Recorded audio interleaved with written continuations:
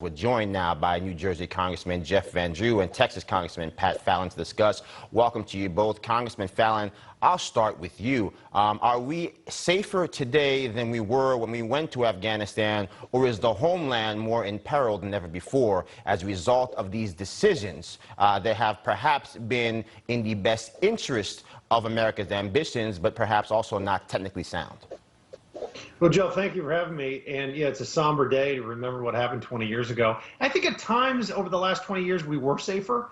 Are we safer today? Great question. I would have to unfortunately answer no. When we have a border that is so porous, and an open border is an immoral border, and it imperils folks north and south of it.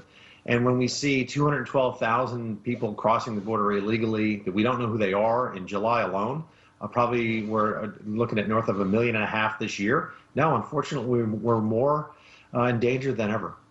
Congressman Van Drew, I'll come to you because days like this, September 11th, particularly on the 20th anniversary, we try to honor those who lost their life and those who made that ultimate sacrifice in the name of American freedom.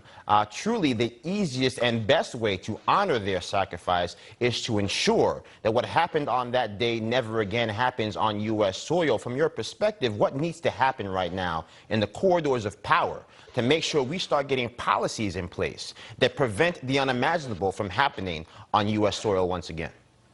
We need realistic policy. I mean, to believe that the Taliban are really our friends, to have no exit strategy when we left Afghanistan, to actually have a reverse idiotic exit strategy that put people at risk, that lost lives, to also, to make it in the bigger picture, we have to get America on track.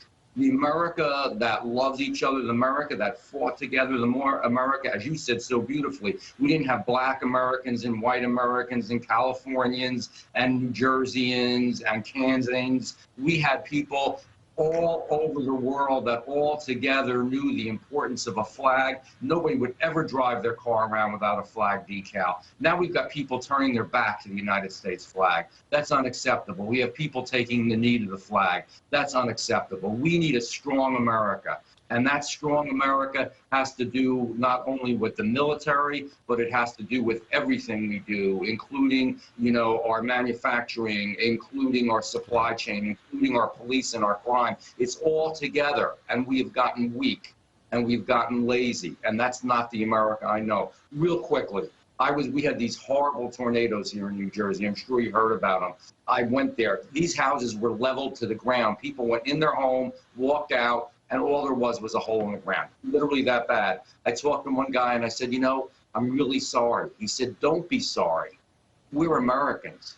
We're going to come back from this. We're strong. We're the best country in the world. We need more people like him to go back to that attitude, and it goes all the way up to leadership. Our leadership has failed us miserably, particularly in Afghanistan.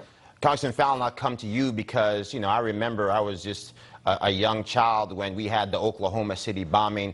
I'll still remember those words from President Clinton at the time: you have lost too much, but you have not lost everything, and you have not lost America. Moments like that bring the country together, but they are galvanized by American leadership.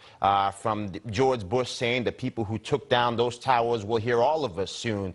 In this moment right now, as we look at the end of the war in Afghanistan, 20th year anniversary of 9/11, the question for me becomes, how will we have the type of catharsis we need today if we have a president that is afraid to lead, and in fact, even on this day, choosing to take a back seat, when in many ways we need somebody driving this American vehicle towards 21st century exceptionalism? Well, Joe, Jimmy Carter gave us Ronald Reagan, and the Vietnam War gave us the strength that we had in the 1980s to eventually defeat the Soviets. And I want to echo my colleague Jeff Van Drew when he said, the United States, being an American is something special. It's not an ethnicity, it's an ideal. And although September 11th was arguably our worst day in our history, I'd argue September 12th was our best day because we were united like never before, probably since maybe Pearl Harbor and December 8th, the day after the attack. So we do truly need leadership, and I think we're going to get it. We would have felt safe and secure under President Trump because he put America first, and we aren't seeing that. We're slipping away, and so the leaders that we have in Congress, in the Senate and the House, the Republicans, if the Democrats don't want to step up, we will. And then we need to elect, quite frankly, a commander-in-chief that understands that their first duty is to secure the Americans' safety, because if you're not safe, then you're not free. All right, Congressman Jeff Van Drew and Congressman Pat Fallon, God bless you both. Look forward to hearing from you both again soon. Thanks, Joe. God bless you. All right.